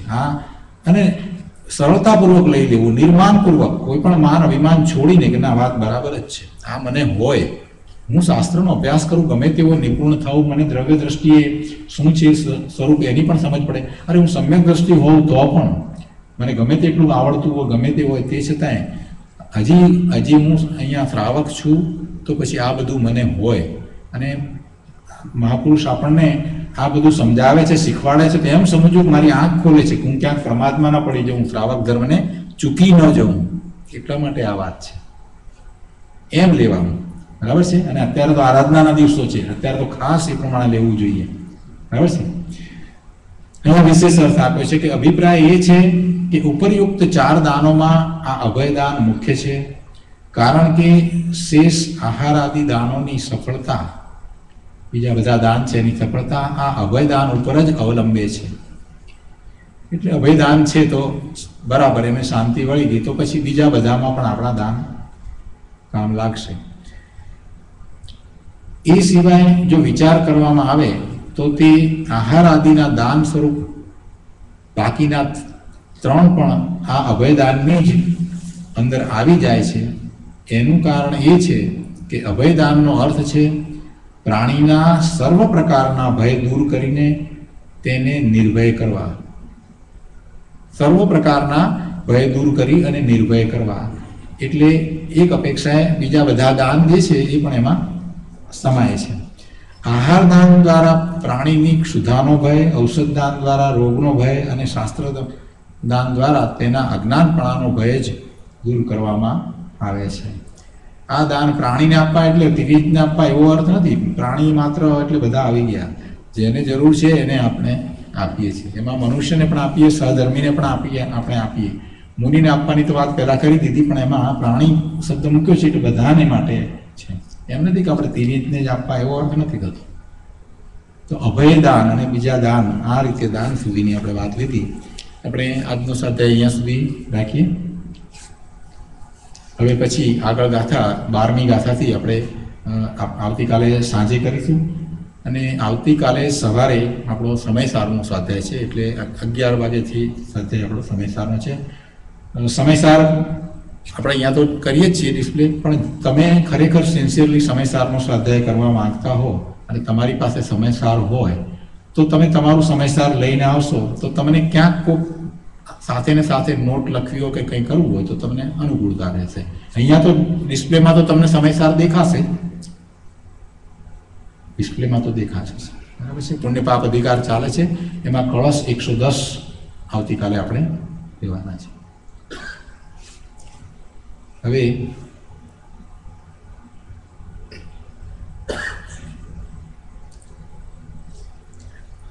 પ્રશ્ન હું ધારું છું કે પ્રશ્ન હોય તો વિચાર કરીએ, પ્રશ્ન ન હોય તો પ્રભુ આપના પ્રતિભાવ આપો, જરૂરથી આપો. કેમ કે આપણે સ્વાધ્યાય જે કરી રહ્યા છીએ તે ઇન્ટરેક્ટિવ સ્વાધ્યાય છે. આ કંઈ ઉપદેશ નથી. આપણે સાથે બેસીને સ્વાધ્યાય કરી રહ્યા છીએ. આ કેવું છે કે એક જ ક્લાસમાં આપણે ભણતા હોઈએ અને એક વિદ્યાર્થી થોડોક વહેલો દાખલો ગણી નાખે અને બીજા ગણતા હોય, બસ એના જેવું છે.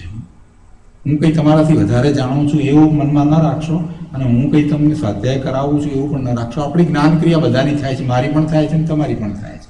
એટલે જરૂરથી પ્રભુ આપના પ્રતિભાવ જરૂરથી આપો. તમે પણ અભ્યાસી છો તો અભ્યાસી છે તો પ્રશ્ન એકલા નહીં, પણ આપના પ્રતિભાવ પણ આપો. આ ગાથાનો અભ્યાસ હોય, આ ગાથા શાસ્ત્રનો અભ્યાસ હોય તો જરૂરથી પ્રભુ આપો. જે શબ્દની ટર્મિનોલોજી, એક બાજુ છે અહિંસા, બીજી બાજુ છે અભયદાન. જ્યારે અહિંસાની વાત કરીએ છીએ ત્યારે નકારાત્મક ભૂમિકા આવે છે, ત્યારે મગજની અંદર એટલું બધું પ્રતિભા નથી પડતી કે અહિંસા કરો, ઓકે, હિંસા ના કરો. પણ જ્યારે એમ કહેવામાં આવે છે એ જ અહિંસાનું બીજું સ્વરૂપ, તમે એમ કહો છો કે તમે એને અભયદાન આપો છો, ત્યારે એનો વેઇટ ઘણો બધો પડે છે. બરાબર. અને એની એટલે એ જે શબ્દ જે ઉપયોગ કર્યો છે એને ઘણો ઘણો માન છે, અને એની અસર સારી પડી છે, વિધેયાત્મક છે. બરાબર છે. નિશ્ચય એમને વાત બરાબર છે કે આપણે અહિંસા, એમાં તો કેમ જીવને દુઃખ ન પહોંચાડવું એ છે.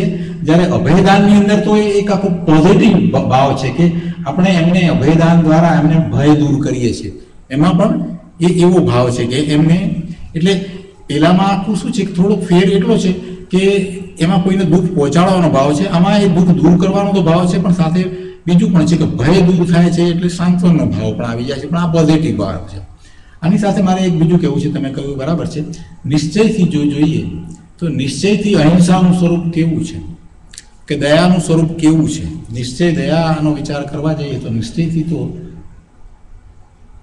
પોતાના સ્વરૂપની દયા પાળવી, પોતાનું સ્વભાવ ભાવે દરેક સમયે સમયે જે મરણ થાય છે એને રોકવું, એ પોતાની દયા છે, પોતાને અભયદાન છે. જરાક વિસ્તાર કરીએ. કૃપાળુ દેવે પણ કહ્યું છે ને, બહુ પુણ્ય કેરા પુણ્યથી સુખદેવ માનવ ન મળે તો એ બહુ સાગરનો કોઈ પછી આગળ સુખ પ્રાપ્ત કરતા છે એ લક્ષ્ય ક્ષણ ક્ષણ ભયંકર ભાવ મરણે કાં રાચીઓ. ભાવ મરણે કાં રાચીઓ. કોનું ભાવ મરણ થાય છે? પોતાનું ભાવ મરણ થાય છે. કયા ભાવનું મરણ થાય છે? શુદ્ધ ભાવનું મરણ થાય છે. દરેક ક્ષણે ક્ષણે તમે ભાવ મરણ કરો છો.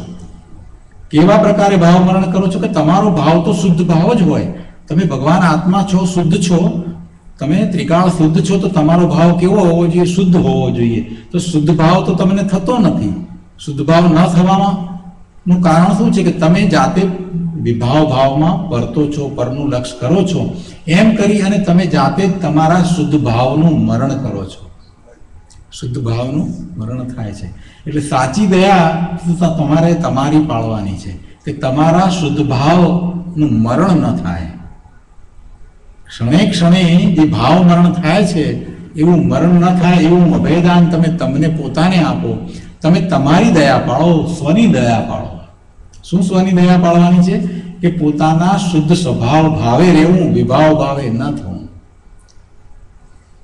શુદ્ધ સ્વભાવ ભાવે જો તમે રહી ગયા તો પછી જગતમાં કાંઈ કરવા પણ રહ્યું, છેવટે કેવળ જ્ઞાન લઈ અને અનંત સુખમાં જવાનું થશે.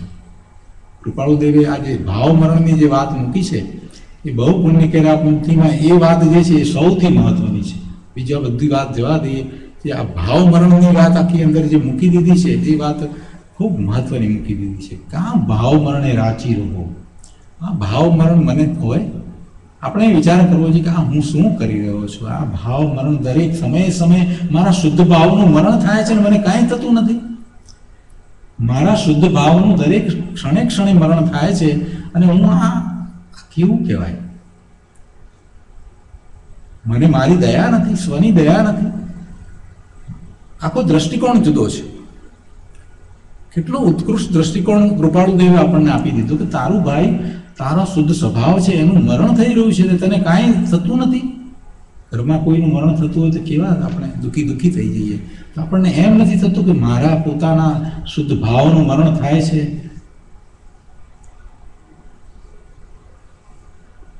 કેટલી સરસ વાત છે. એ સ્વની દયા. સ્વની દયા એટલે સાચી દયા, નિશ્ચય દયા. એને નિશ્ચય દયા કહેવાય. નિશ્ચય દયા તો આ છે, શુદ્ધ ભાવે રહેવું, એ નિશ્ચય દયા છે. કેમ કે તું બીજાની દયા પાળે છે તો ભાવ કરે છે, શુદ્ધ ભાવ કરે છે. ખરેખર તું બીજાની દયા પાળી શકતો જ નથી. થોડી નિશ્ચયની વાત લઈ લે. વ્યવહારની વાત થઈ છે, આ વાત નીકળી છે, બહુ વાત સરસ નીકળી છે. પ્રતિભાવ એમને બહુ સરસ આપ્યો છે. અભયદાનમાં જે પોઝિટિવનેસ છે એ વાત એમને આપી. તો આપણે થોડીક વાત એ પણ લઈ લઈએ કે ખરેખર જો નિશ્ચય અપેક્ષાએ જોવા જઈએ તો શું છે? કોણ દયા પાળે? કોની દયા પાળે? જેની આપણે દયા પાળીએ છીએ ખરેખર એ તો આપણો પોતાનો સ્વભાવ છે. એને તો જે પ્રાપ્ત થવાનું છે એ થવાનું જ છે. એને જીવન પ્રાપ્ત થવાનું છે. એક પ્રાણી છે, એને તમે બચાવવાનો ભાવ કર્યો છે અને બચાવો છો, તો એ તો તમારો તો માત્ર ભાવ છે, પણ એનું પુણ્ય છે. એ તો બચવાનું જ હતું. એ તો બચવાનું હતું. એટલે ખરેખર ખરા અર્થમાં કંઈ આપણે દયા પાળી અથવા તો આપણે એને બચાવીએ છીએ, અભેદાન આપ્યું છે, तो ये तो अपना शुभ भाव है। हमने क्या किया? हमने तो ये शुभ भाव किया और क्या किया कि भाई इसको मैं बचा लूं। जाते थे, चले जाते थे, किसी को कोई मार रहा है, उस टाइम हम करते हैं बचाने का भाव करते हैं, ऐसे एक्ट भी कर लेते हैं, बचाते हैं, एक्ट कर लेते हैं, लेकिन एक्ट जो हुई वो तो किसकी हुई? शरीर की हुई ना, जड़ की हुई, उसके ऊपर हमारा तो कोई कंट्रोल नहीं है। उस टाइम ऐसी एक्ट होनी थी तो हो गई, हमने तो खाली भाव किया।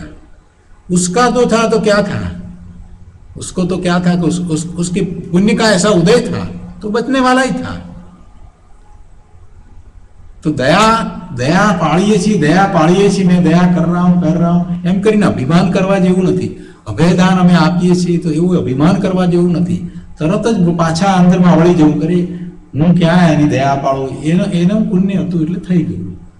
ભૂલી જઈએ એ જ મિનિટે ભૂલી જઈએ. કોઈની દયા પાળી હોય ને એ તે જ મિનિટે ભૂલી જવું. એના પુણ્યથી બચ્યું છે, એના પુણ્યથી એને પ્રાપ્ત થયું છે, बराबर ना. અને આપણે याद करी અને अभिमान करी. याद रखते हैं, जब तक याद आप रखते हैं तब तक आपका क्या होता है, मान कसा है, अंदर में मान कसा है, ये જ મિનિટે ભૂલી જવું.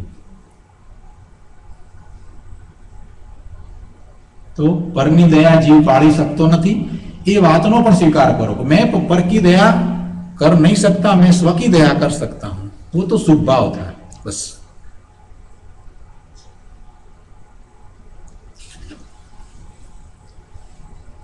બીજા કઈ પ્રતિભાવ અથવા પ્રશ્ન?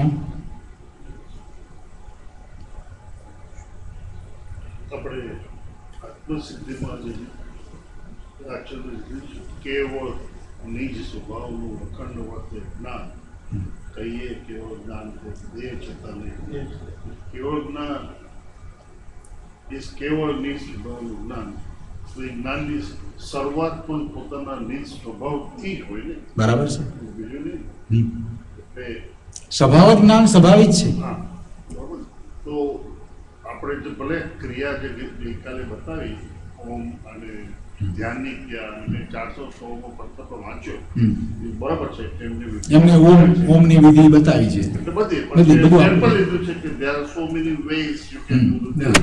But then at the end he very clearly writes કે આત્મ સ્વરૂપની જોઈને એમાં સ્થિત છેટે એ જ વાત આવે. તો પછી ત્યાં આવી ગયા છે આત્મ સ્વરૂપમાં સ્થિત કરવું, એ જ વાત.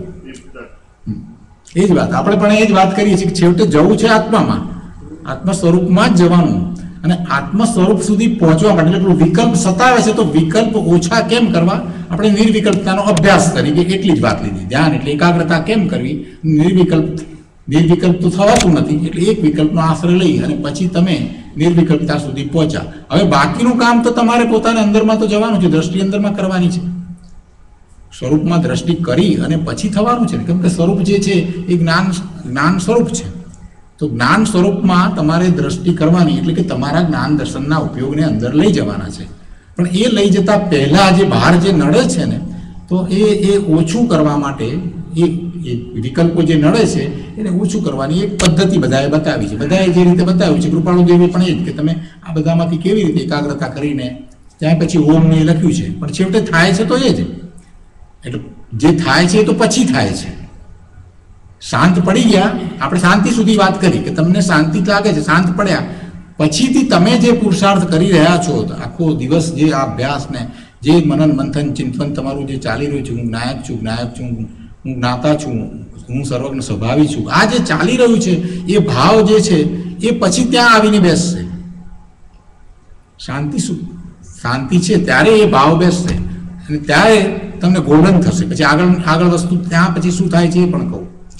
આ તો ત્યાં સુધીની વાત આવી. પણ જેને આ બધો અભ્યાસ થયો છે ને, જેને બસ અંદરમાં લગ્ની લાગી ગઈ છે, મારે બસ સ્વરૂપમાં જવું જ છે, એને જ્યારે પછી શાંત પડી જાય છે, તો શાંત પડી જાય છે પછી અંદરમાં એક બોલન ચાલે છે. એ વખતે પણ જે વિકલ્પ છે, સૂક્ષ્મ વિકલ્પ એ રીતે છે કે પોતે શુદ્ધ છે એ વિકલ્પ છે, શુદ્ધ છે, નાયક છે, સર્વજ્ઞ સ્વભાવી છે, એને કોઈ પણ શબ્દનો વિકલ્પ તો છે જ.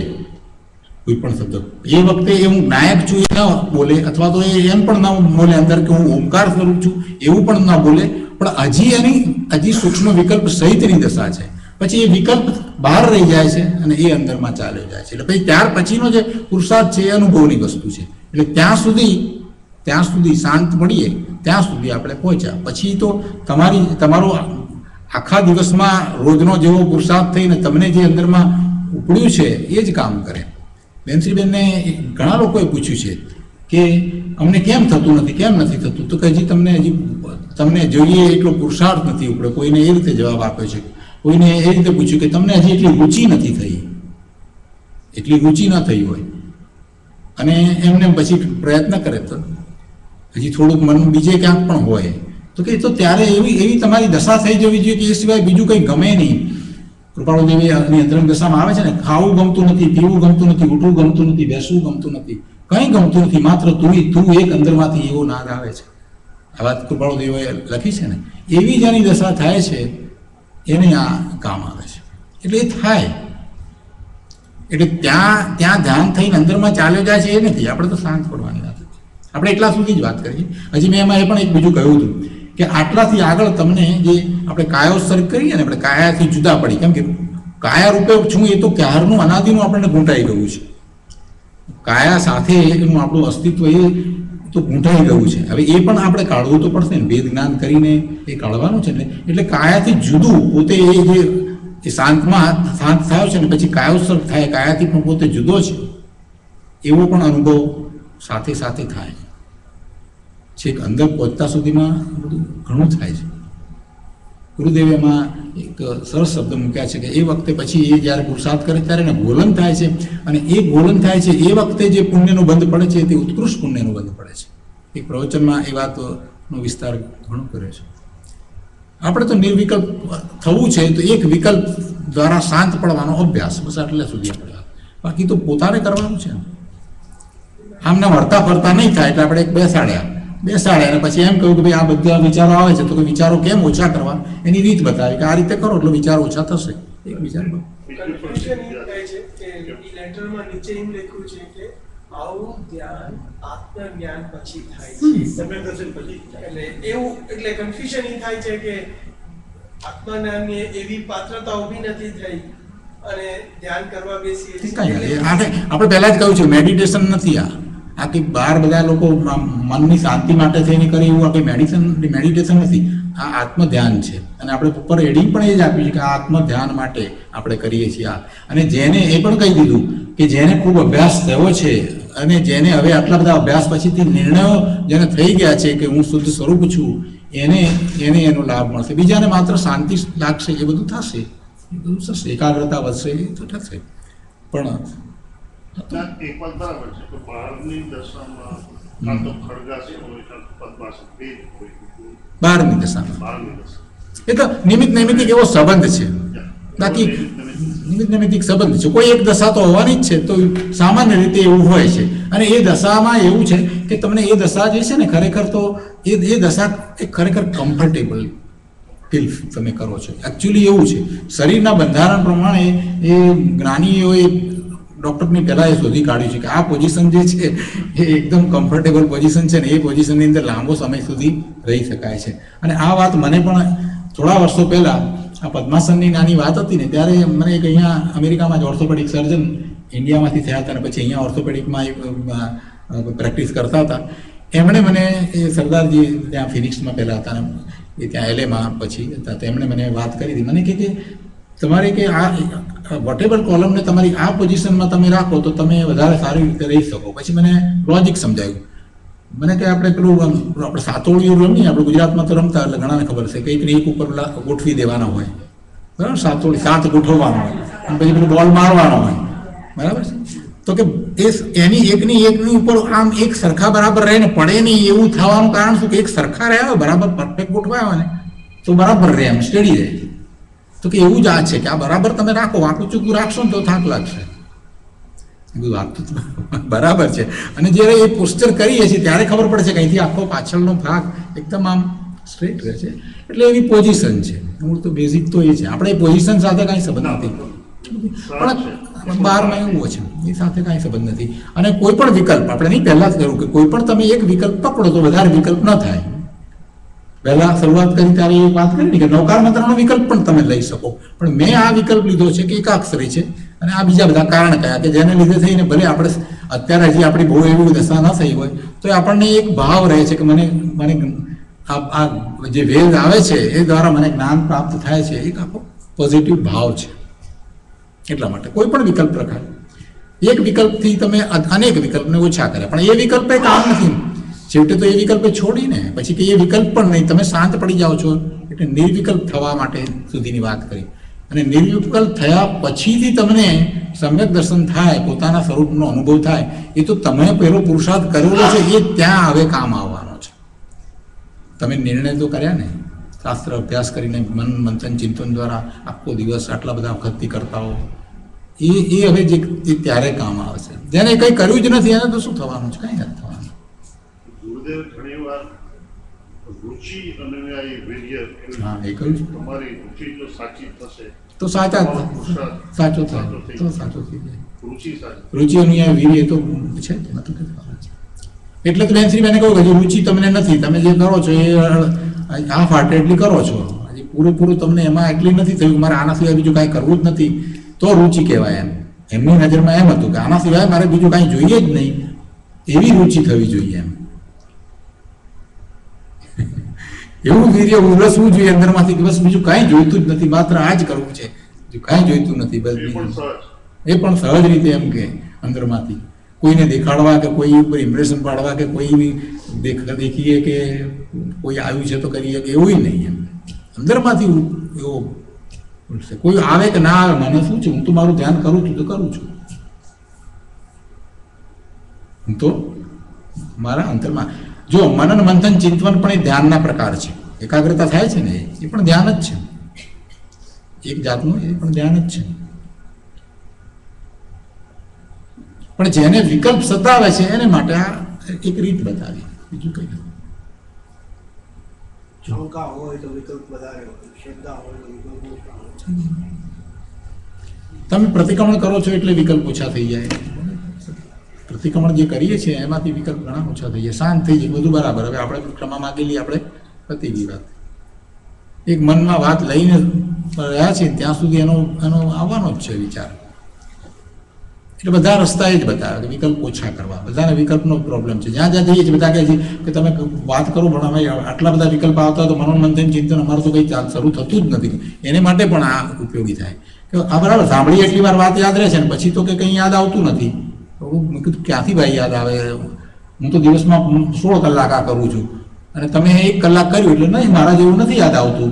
પણ તમે એનો ટાઈમ વધારો, વારે વારે તૈયાર રાખો, કંઈક ને કંઈક આસપાસ રાખો, થોડી વાર થાય કંઈક મારું પાછું એ વાંચ કર્યા કરીએ એટલે પછી મનોમંથન ચિંતન ચાલુ થઈ જાય, એના વિશે એ જ ચાલ્યા કરે. જરાક આમાંથી ભલે વાત કરતા બીજાની સાથે હોય તો એ પાછા અંદરમાં જતા રહીએ કે આપણે તો આ ભગવાન આત્મા છે, આ છે, તે જ જ્ઞાયક છું, શાંતિ થઈ જાય. તો પુરુષાર્થ તો એ જ છે ને, આખો દિવસ એ જ વાત ચાલે. હાલતા ચાલતા કારમાં બેઠા હોય, ખાતા પીતા મંદિરમાં તો એ જ વાત હોય, હું આત્મા છું, નાયક છું, શુદ્ધ છું, એ જાતની જ વાત અંદરમાં ચાલતું હોય. અને દરેક જે કાર્ય થતું એની સાથે દરેક વખતે મિનિટે એમ થતું કે આ ખાઈએ છીએ ત્યારે એમ થાય કે આ કોણ ખાય છે, મારે ખાવાનો શું સંબંધ છે. કંઈ પણ કરતા હોય ત્યારે કે આ ઠીક છે, આવ્યું છે તો મારે એને કાંઈ સંબંધ નહીં, ઠીક છે. કંઈ પણ હોય ત્યારે એ ચાલ્યા કરતું હોય. એવી દશા આવે ત્યારે કામ થાય છે, એમને થોડું કામ થાય છે. પ્રેક્ટિકલ તો એવું થાય છે. વાંચી લીધું, બુક બંધ કરી દીધું એમ નહીં. એ તો ભાવ તો સતત રહેવો જોઈએ. હું આત્મા છું એ ભાવ સતત રહેવો જોઈએ. પછી આત્મા છું એટલે દરેક જગ્યાએ એ લાગુ પડવું જોઈએ. એવી દશા થવી જોઈએ. પણ એ આસક્તિની ઈચ્છા જો એવું છે, હું તમને બીજી રીતે કહું કે તમે કોઈ પણને દૂર કરવાનો વિચાર કરો ને એ અઘરું. આ દૂર કરવું, કેટલી વસ્તુને તમે બેન દૂર કરશો. એના કરતા એકને અંદર પકડો ને ઓટોમેટિક બીજું બધું દૂર થઈ જશે. આસક્તિ છે કે આપણને તૃષ્ણા છે કે પછી પરિગ્રહ છે કે આ છે તે છે, 18 વસ્તુ છે. એકને દૂર કરવા માટે થઈને એની કોન્શિયસનેસ કરવા કરતાં સહેલો રસ્તો એ છે કે ઓ આ ભગવાન આત્મા અંદરમાં બિરાજે છે, એનું મહાત્મા લાવો ને એટલે બાકી બીજું બધું ઠંડુ પડી જશે, ઓટોમેટિક ઠંડુ પડી જશે. આ બેઠો છે ને અહીંયા પછી દેવોનો દેવ અંદર બિરાજી રહ્યો છે, બીજું મારે શું જોઈએ છે. ગુરુદેવ જે બોલતા હોય ને એને તમે સાંભળો ને, એમના વાક્યો યાદ રહી ગયા હોય ને એને એ જ વાક્ય આપણે પણ બોલીએ ને આપણે પછી ગુરુદેવે બોલેલું પણ યાદ આવે ને ત્યારે એમ થાય કે આ બેઠો છે પછી શું જોઈએ, શું જરૂર છે, કે કોની જરૂર છે, અમને શું છે, તારી પાસે રાખ, મારે કાંઈ જોઈતું નથી, હું તો આનંદમાં. આ ગુરુદેવનું જે આખું જે બોલતા હોય છે એ બધા તમે સાંભળ્યા હોય ને તમને રહી ગયા હોય ને તમે એ મસ્તીમાં આવી શકો. એ જ વારંવાર એ પછી પેલું યાદ નહીં આવે. આસક્તિ જેમાંથી ઓટોમેટિક ઓછી થઈ જશે. 50 જગ્યાએ આપણે હવે આખા 50-60 વર્ષની અંદર કેટલી જગ્યાએ રસ લીધો, કેટલા યુનિયનોમાં, કેટલા એસોસિએશનમાં, કેટલાય બહેનપણાને કેટલાય ભાઈબંધ કર્યા હોય, બધું કર્યું હોય, બધાની સાથે કંઈક કર્યું હોય, નાનપણમાં બધું જાતનું કર્યું હોય. હવે એ બધાનો પછી નિવેડો લાવવાનું, પછી કંઈક કરવું હોય તો એક જગ્યાએ રસ લેવા માંડો, ઓટોમેટિક બધું શાંત પડતું જાય, બધું ભૂલાતું જાય.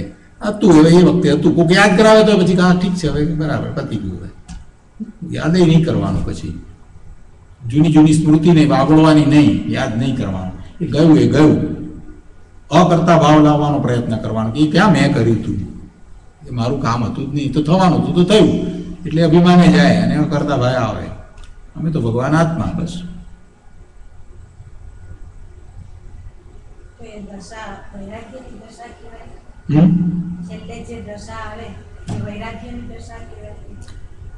જો વૈરાગ્યની વાત કરી છે તો કહું તમને, વૈરાગ્ય જે છે ને એમાં એવું છે કે જગતના પદાર્થો પ્રત્યેની ઉદાસીનતા છે, જગતના પદાર્થો પ્રત્યેની ઉદાસીનતા એ વૈરાગ્ય છે. અને આવો વૈરાગ્ય ઘણી વખત આવો સ્વાધ્યાય કર્યો હોય ને તો 2-4 દિવસ માટે આવે.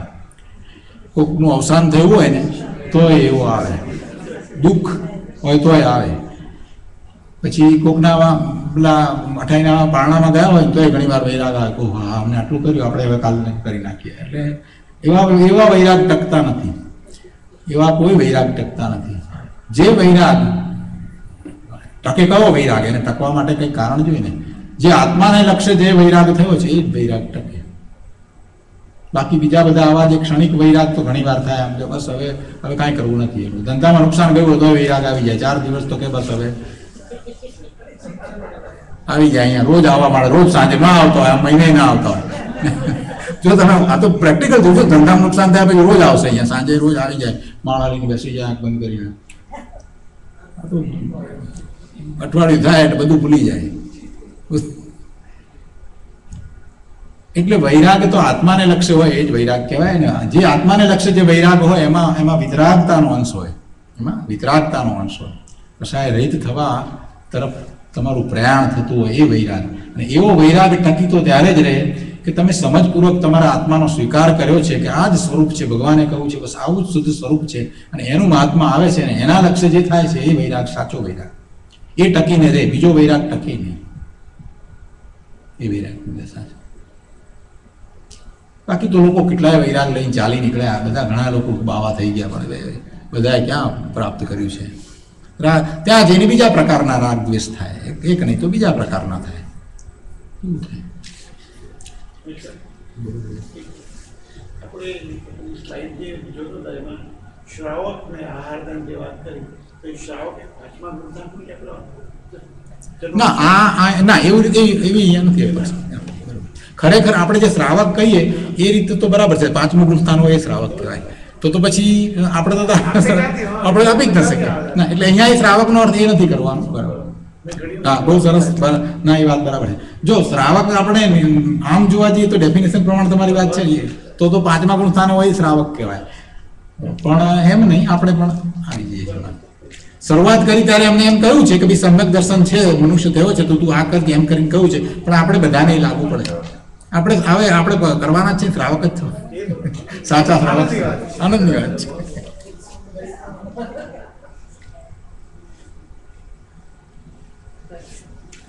તો સુખધામ બોલીએ આપણે.